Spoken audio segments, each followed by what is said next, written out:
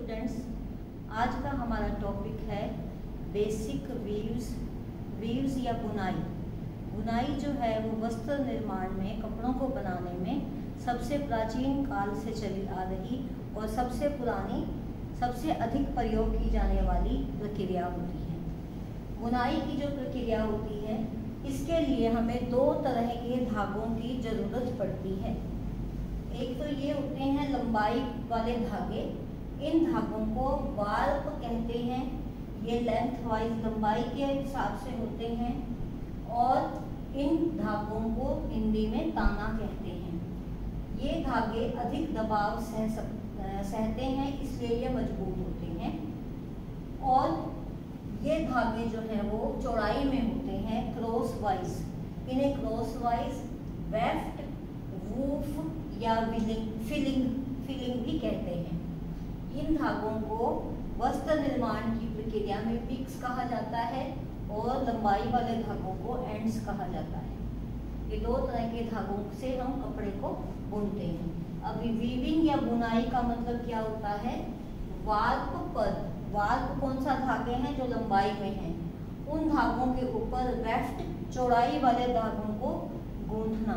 घरों में अगर तुमने दरी बुनते हुए देखा होगा, या जैसे हम फोल्डिंग वगैरह के ऊपर भी पट्टियाँ बुनी हुई होती हैं, उसी तरह से कपड़े के लंबाई और चौड़ाई के धागों को गूंथा जाता है। तो वार्प या लंबाई वाले धागों पर वेफ्ट या चौड़ाई वाले धागे ताने को गूंथना, ये वीविंग कहलाती है। वीविंग करने के लिए हमें क्या चाहिए? प्राचीन काल में, पुराने समय में क्या करते थे? ताने को जमीन पर गड़ी खूंटी से बांधते थे।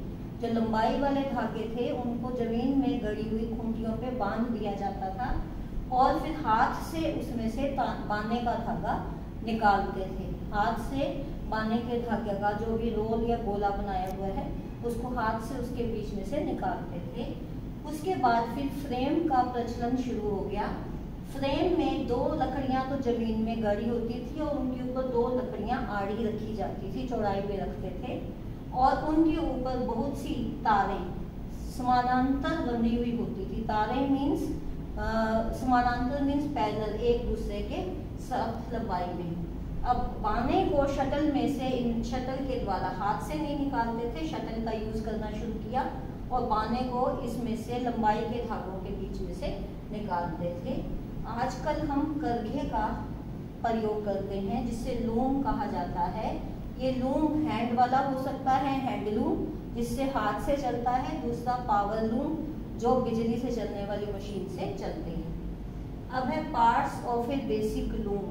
लूम या करघा चाहे हाथ से चले चाहे मशीन से, उसमें कुछ मुख्य भाग होते हैं, जिसमें सबसे पहला है वार्प बीम। इसे ताने की धरन भी कहते हैं, क्योंकि इसके ऊपर ताने के धागे लंबाई में कसे हुए होते हैं और ये करघे के पीछे की तरफ होती है।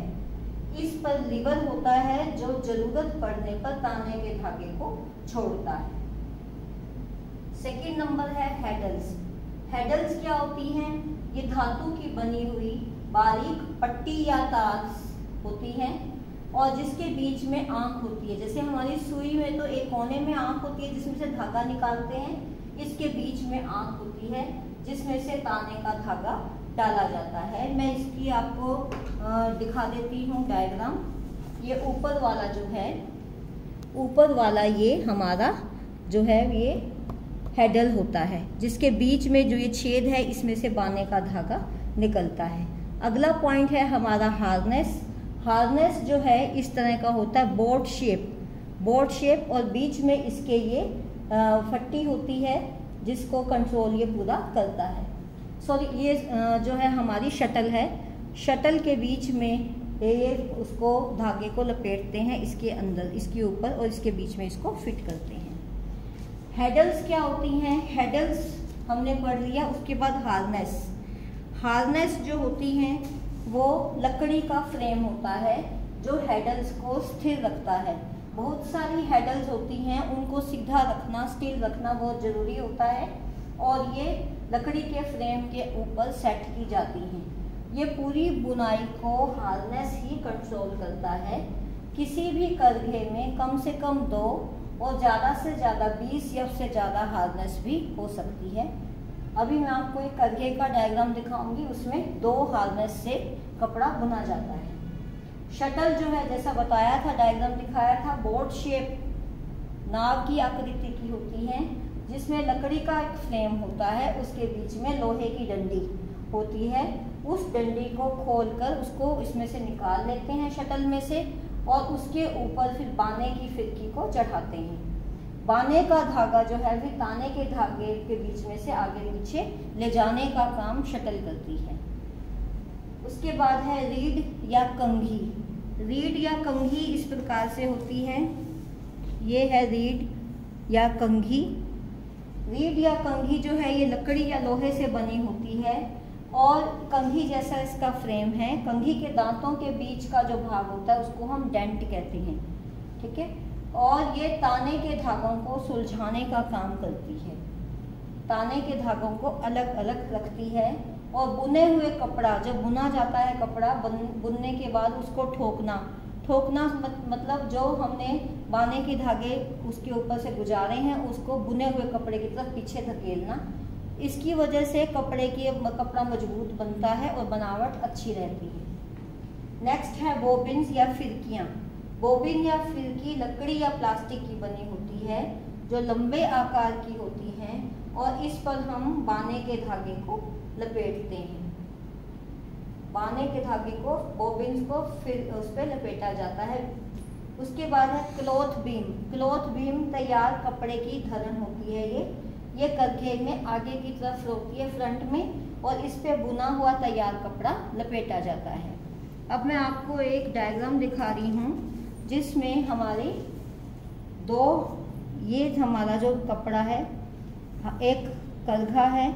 इस करघे में इस तरफ पीछे की तरफ ताने के धागे की धरन है, पीछे ये लपेटे हुए धागे इसको पकड़ा हुआ है। इधर ये तैयार कपड़े की धरन है आगे की तरफ, वो पीछे की तरफ। ये इसमें हमारी ये 2 हार्नेस हैं, और इन हार्नेस को लीवर जो है कंट्रोल करता है। ये ताने के धागों को ऊपर या नीचे उठाने का काम करते हैं, और ये शटल से इसको ताने के धागों के बीच में इस शटल से बाने का धागा इसमें पिरोया जाता है, और कंघी से इसको ठोका जाता है।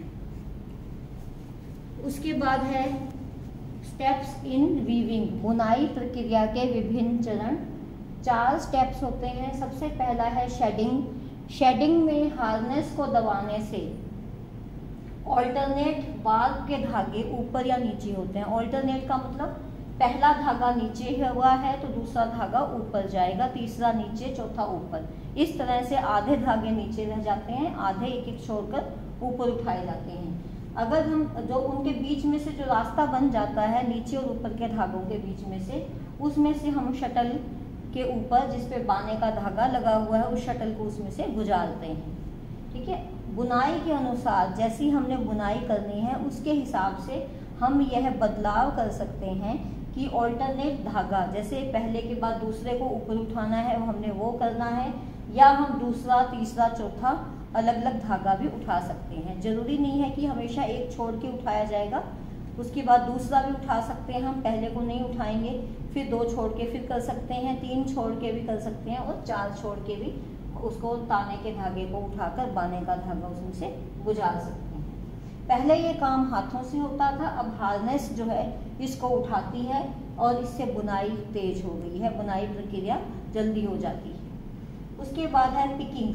पिकिंग को हम पिरोना या भरना कहते हैं। हार्नेस ने ताने के धागों को ऊपर उठा लिया तो उसके जो शेड बना उसमें बाने के धागों को पिरोना या भरना, ये इसमें आता है। इसको कंट्रोल करने का काम हार्नेस करता है और अन्य दूसरे धागों को फिर उठाता रहता है। इसमें जो शटल होती है, शटल को हम राइट से लेफ्ट, लेफ्ट से राइट घुमाते रहते हैं और कपड़ा बनता रहता है। ये 2 प्रकार के होते हैं करघे, एक तो शटल वाले, एक बिना शटल वाले। शटल वाले जो हैं पारंपरिक पुराने टाइम से जो चली आ रही है, पुराना तरीका होता है जिसमें बाने के धागे को राइट से लेफ्ट और लेफ्ट से राइट घुमाते रहते हैं। इसकी वजह से ताने का धागा शटल के द्वारा कमजोर कर दिया जाता है, बार बार वो निकलती है तो शटल से ताने का धागा कमज़ोर हो जाता है। जो बिना शटल वाले करघे होते हैं उन करघों का आजकल प्रयोग किया जाता है, जिससे कम समय में ज़्यादा कपड़ा बनता है और ताने का धागा इससे कमज़ोर भी नहीं होता। उसके बाद है बीटिंग अप, इसको बैटनिंग भी कहते हैं। इसका मतलब है ठोकना, पीटना। अब जो कंघी के दांतों के द्वारा पहले बुने हुए कपड़े की तरफ लेके जाता है, जो अब नया कपड़ा हमने बुना है, जो बाने के धागे हमने पिरोए हैं, उन बाने के धागों को कंघी के दांतों के द्वारा पहले बुने हुए कपड़े तक ले जाया जाता है। इसको जोर से धकेलते हैं, इसलिए इसे ठोकना कहते हैं। हाथ के करघे में पहले लोग हाथ से स्वयं ये काम करते थे, कंघी के द्वारा ठोकना। आजकल मशीन जो है अपने आप कंघी अपने आप चलती रहती है, जैसे भर दिया उसके बाद अपने आप कंघी चल के उसको ठोकने का काम कर देगी। चौथा है taking up cloth and letting of thread. अब ये कपड़ा जो बुन गया है, जो बनता जाता है, उस कपड़े को इन तीनों प्रोसेस के बाद उस तैयार कपड़े को धरन पे लपेटा जाता है। ठीक है, कपड़े को लपेटना, तो जो आगे की तरफ कपड़े की धरन थी उस पे लपेटा जाता है और उसके बाद फिर ताने के धागों को खोल दिया जाता है और बीम से खोलकर उनको खुला छोड़ दिया जाता है। ठीक है, इसके बाद ये चारों प्रोसेस से कपड़ा तैयार हो गया। कपड़े की बुनाई में एक चीज़ के बारे में हमें और जानकारी होनी चाहिए, जिसे हम कहते हैं सेल्वेज। सेल्वेज क्या होती है? कपड़े की किनारी या कन्नी को हम कहते हैं।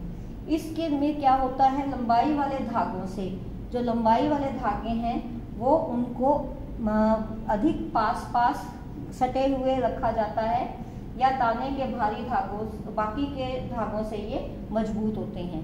तो कन्नी कपड़ों की हम देखते हैं, उसमें कपड़ा हमें थोड़ा मोटा दिखता है, बुनाई में ताने और बाने के धागे आसपास सटे हुए दिखाई देते हैं। इसकी वजह से कपड़ा मजबूत बनता है और किनारी से जल्दी खुले नहीं। साड़ी के को छोड़कर बाकी सभी कपड़ों में किनारी या कन्नी या तो 1/4 इंच की होती है या 3/4 इंच की होती है। उसके बाद है काउंट ऑफ क्लॉथ, कपड़े का गुणांक। कपड़े का गुणांक क्या होता है? हमने तैयार कपड़े का 1 वर्ग इंच ले लिया। 1 वर्ग इंच का मतलब क्या है? उतना कपड़ा जिसकी लंबाई 1 इंच है और चौड़ाई भी 1 इंच है, इतना कपड़ा हमने काट लिया। अब उस कपड़े में हमने गिना कि कितने ताने के धागे हैं, कितने बाने के धागे हैं। अगर दोनों ही 100 हैं तो कपड़े का गुणांक 100 का वर्ग या स्क्वायर 100 × 100 हो जाएगा। अगर ताने के धागे 90 हैं, बाने के 80 हैं, तो 90 × 80 हो जाएगा। सबसे कम गुणांक जो होता है, जो पट्टी हम बांधते हैं जख्म वगैरह पे, सर्जिकल गोज, उसका सबसे कम गुणांक होता है, जिसमें ताने के धागे 28 और बाने के 24 होती हैं। इससे क्या होता है? बुनाई बहुत ढीली होती है, बीच बीच में छेद भी दिखते हैं, कपड़ा कमजोर होता है। और उत्तम गुणांक, बेस्ट गुणांक, अच्छा गुणांक जो होता है, उससे बुनाई घनी होती है और आपस में सटे हुए होते हैं धागे और कपड़ा मजबूत होता है। इसके साथ ही ये हमारा कंप्लीट हो गया। अब विभिन्न प्रकार की बुनाइयों के बारे में हम अगले वीडियो में पढ़ेंगे। Thank you.